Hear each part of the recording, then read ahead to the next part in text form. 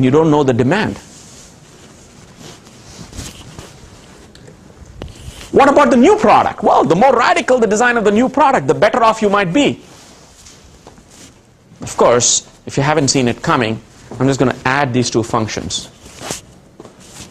So why do you care about this? Here's what I want you to think about. So I'll click a few so you can see the idea.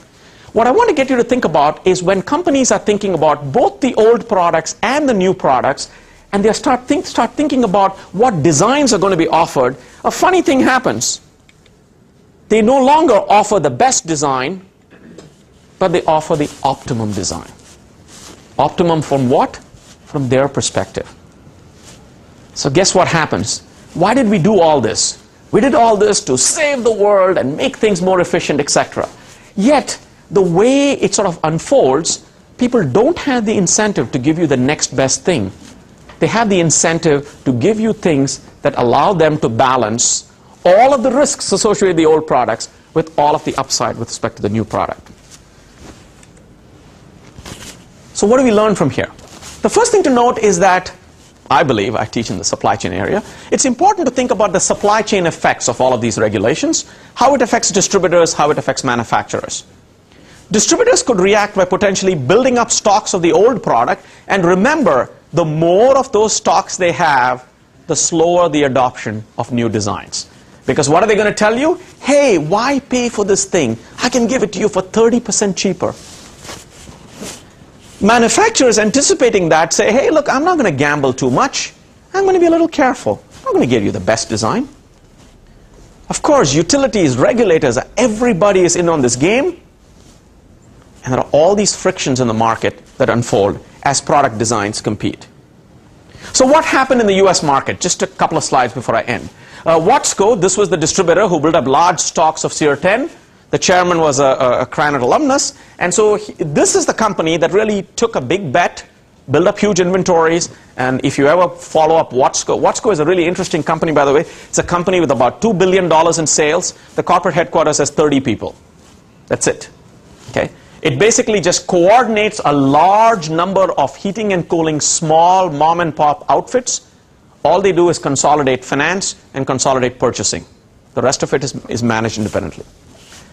Carrier, which is a division of United Technologies, they bet the farm on a radical new design, severely delayed product launches. We knew there was a problem. A year later, they admitted it to the street. Goodman, which is a pure play in the industry, which means that all they did was those heating and cooling. They did a small adjustment in their design. They were ready for market. They actually made out quite well. Utilities announced incentives. Sear 10 continued to be sold for 6 to 9 months after the regulation kicked in. Industries faced bottlenecks in component availability, new building construction, everything. In fact, the perfect storm that Stuart talked about, the financing issues that Joe talked about, we couldn't be more coordinated. All that hit this industry. The net effect was that the supply chain impact of this had been underestimated.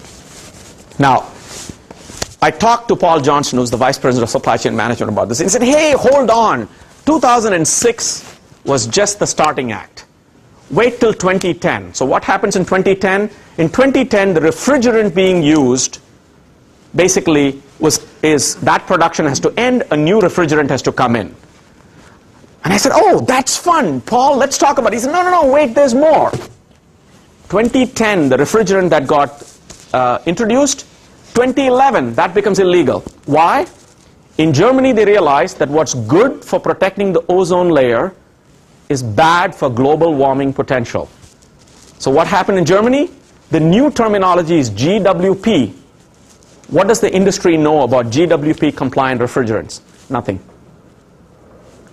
What has happened? In automobiles in Germany, they're already going to ban it. What's going to happen in the United States? Chances are they're going to have to ban it pretty soon. So think about what happened. The efficiency changed, but many of them used the old refrigerant. The refrigerant got banned, so many of them had to switch to the new refrigerant. Next year, that refrigerant got banned. What happens to product proliferation? Every one of these products has to be supported for 20 years. What's going to happen to the industry? My guess is it's a great stimulus. Okay? And notice that I use the United States as an example.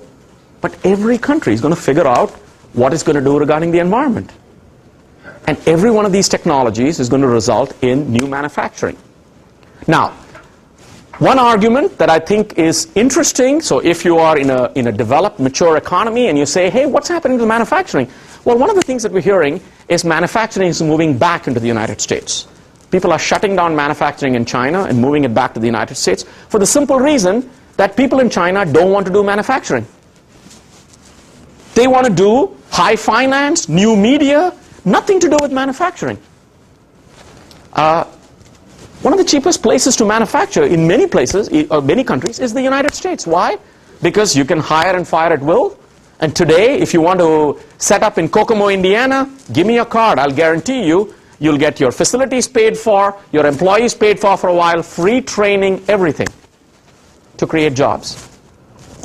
Right now, states are very competitive in the United States and aggressively pursuing those jobs, pursuing manufacturing jobs. Now, you might ask, why is a developed nation, perhaps at some point, maybe even now, the wealthiest nation, looking at manufacturing?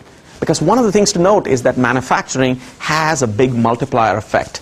And just as Stuart and Joe mentioned that real estate has a whole driver behind it, regulation regarding real estate is the big dog regarding energy consumption. So if you're going to tame this big dog, and through regulation, you're going to create a whole bunch of ancillary industries.